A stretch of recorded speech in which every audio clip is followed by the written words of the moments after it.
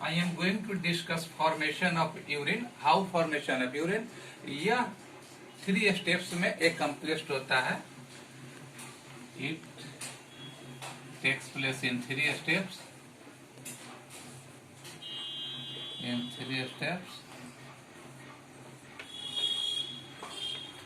First, ultrafiltration.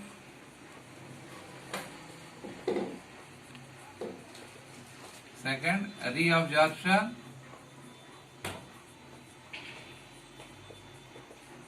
Third, secretion.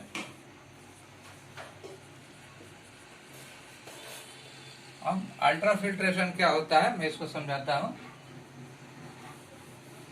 इस steps में ultrafiltration में यह फर्स्ट फेज होता है यूरिन फॉर्मेशन का, और इस फेज में ब्लड ग्लोमेरुलस से पास करता है, इसीलिए ग्लोमेरुलर फिल्ट्रेशन कहा जाता है.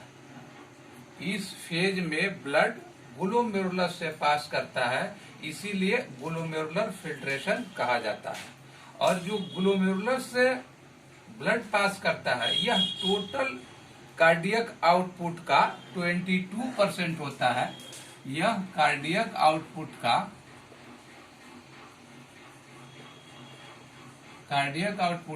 22% होता है, और इसका वॉल्यूम जो होता है 1100 ml होता है. 1100 ml होता है.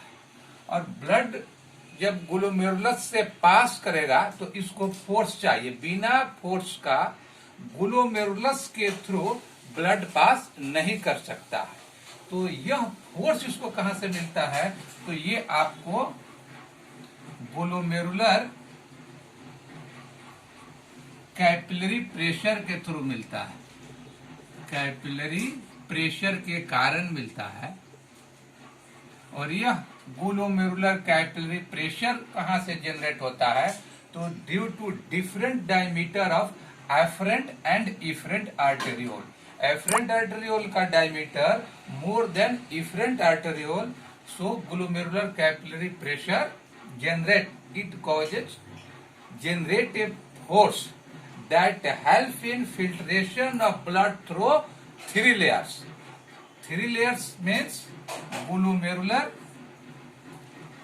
capillary, that is lined by endothelial layer, and second basement membrane, and third podocytes.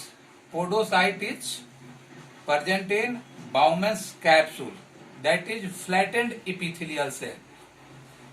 इसे हम लोग फिल्ट्रेशन मेम्ब्रेन भी कहते हैं. इसे ऐसे हम लोग समझ सकते हैं, फिल्ट्रेशन मेम्ब्रेन.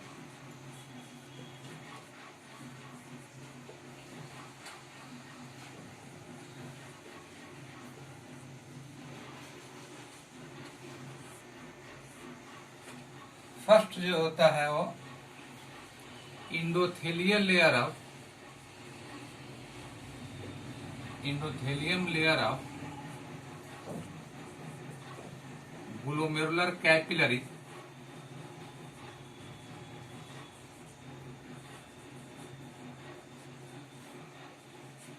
सेकेंड होता है बेसमेंट मेम्ब्रेन.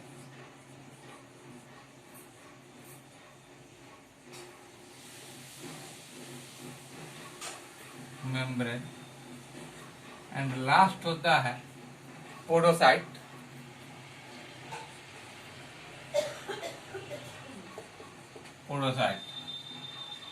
अब ये endothelial layer of glomerular capillary जो होता है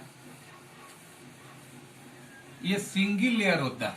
इंडोथेलियल लेयर कवर्ड जो करता है यह कैपिलरी है, glomerular capillary.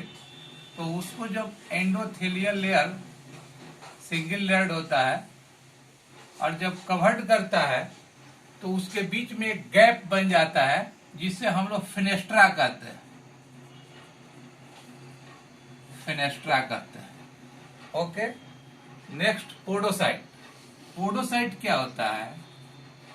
Actually flattened epithelial sales जब बाउमन्स कैप्सूल को कवर्ड करता है या लाइंड करता है तो उसे हम लोग पोडोसाइट कहते हैं. और इस पोडोसाइट जो होता है यह साइटोप्लाज्मिक एक्सटेंशन पेडिसील के थ्रू बेसमेंट मेम्ब्रेन से अटैच्ड होता है। इसको फिगर के थ्रू ऐसे हम लोग समझेंगे।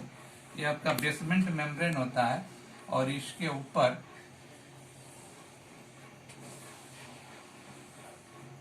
यह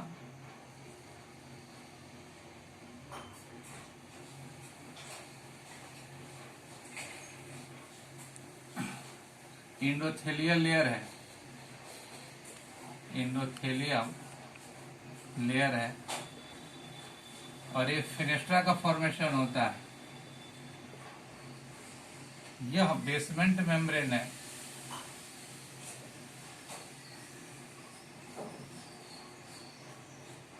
बेसमेंट मेम्ब्रेन है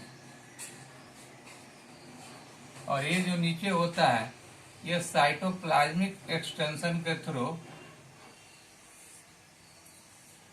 फ्लैटेंड इपिथेलियल सेल्स अटैच्ड होता है बेसमेंट मेम्ब्रेन से, जिसे हम लोग पोडोसाइट कहते हैं। और ये जो साइटोप्लाज्मिक एक्सटेंशन होता है इसे हम लोग पेडिसेल कहते हैं। तो ये होता है आपका फिल्ट्रेशन मेम्ब्रेन। इसमें 3 मेम्ब्रेन्स प्रेजेंट होता है, endothelial layer of capillary, basement membrane and flattened epithelial cells of Bowman's capsule known as podocyte. अब जो ब्लड फिल्टर्ड होता है उसमें जो कंपोजिशन प्रेजेंट होता है, जो उसमें कंपोजिशन जो प्रेजेंट होता है वह सिमिलर होता है ब्लड प्लाज्मा के, एक्सेप्ट लार्ज प्रोटीन्स। इसमें सिर्फ फिल्टर्ड फ्लूइड में लार्ज प्रोटीन्स प्रेजेंट नहीं होता है, जिसे हम लोग अल्ट्रा फिल्ट्रेशन कहते हैं। फिल्टर्ड फ्लूइड में लार्ज प्रोटीन्स प्रेजेंट नहीं रहता है, ओनली माइन्यूट पार्टिकल्स प्रेजेंट होता है, माइन्यूट सब्सटेंसेस प्रेजेंट होता है, इसीलिए इसे अल्ट्रा फिल्ट्रेशन कहा जाता है।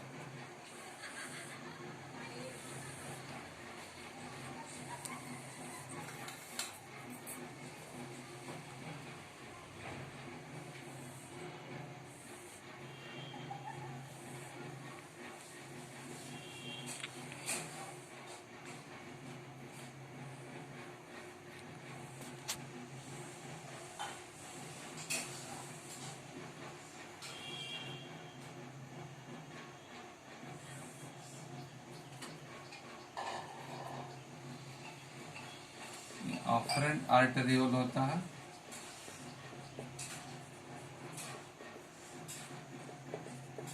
होता है और यह इफरेंट आर्टेरियोल है।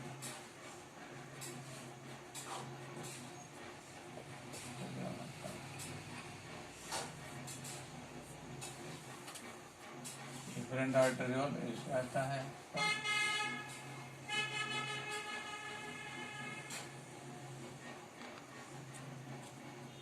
इसके थ्रू फिर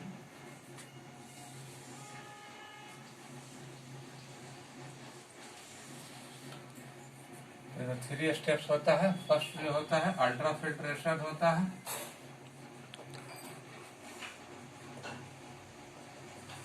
दूसरा स्टेप जो होता है रीअब्जॉर्प्शन होता है,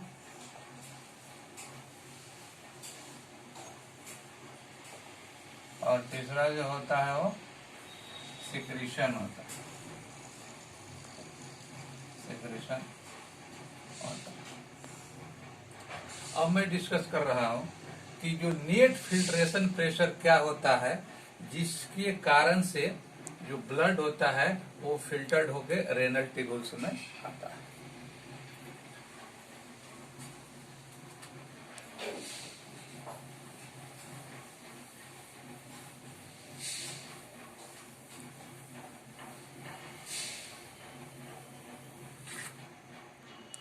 ये होता है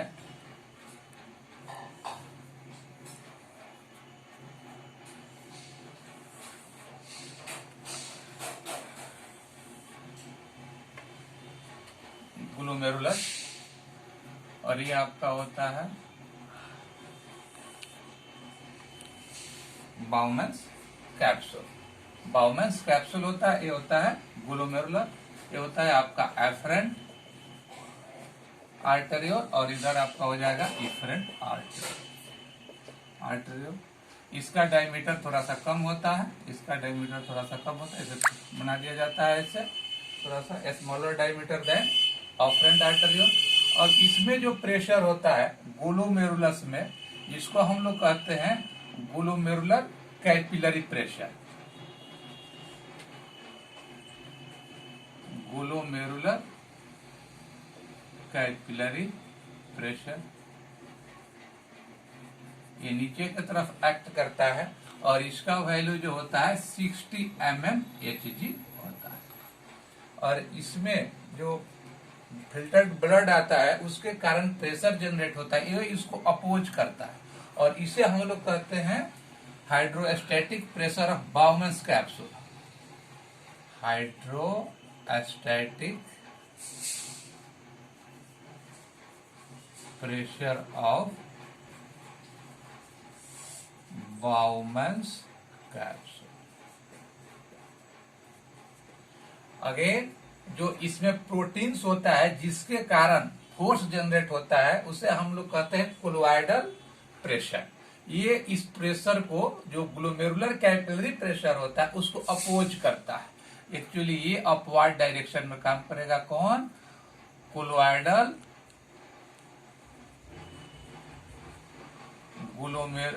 कोलोइडल प्रेशर ये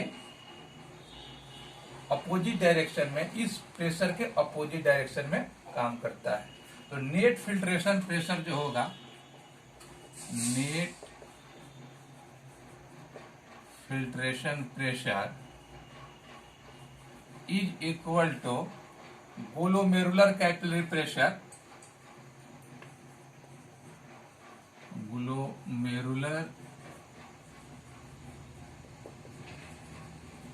capillary pressure minus hydrostatic pressure of Bowman's capsule, hydrostatic pressure of Bowman's capsule minus colloidal pressure, colloidal pressure. इसका जो वैल्यू होता है ये होता है 60 mmHg, इसका होता है -32 और इसका 18 होता है। कुल मिला के 60 - 50 इज इक्वल टू 10 mmHg। ये होता है net filtration pressure. Next glomerular filtration rate.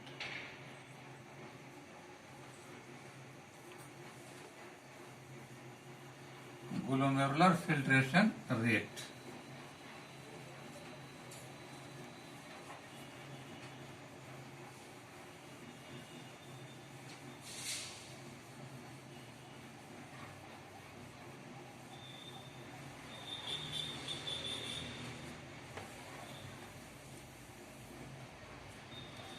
GFR, glomerular filtration rate, total volume of filtered fluid, total volume of filtered fluid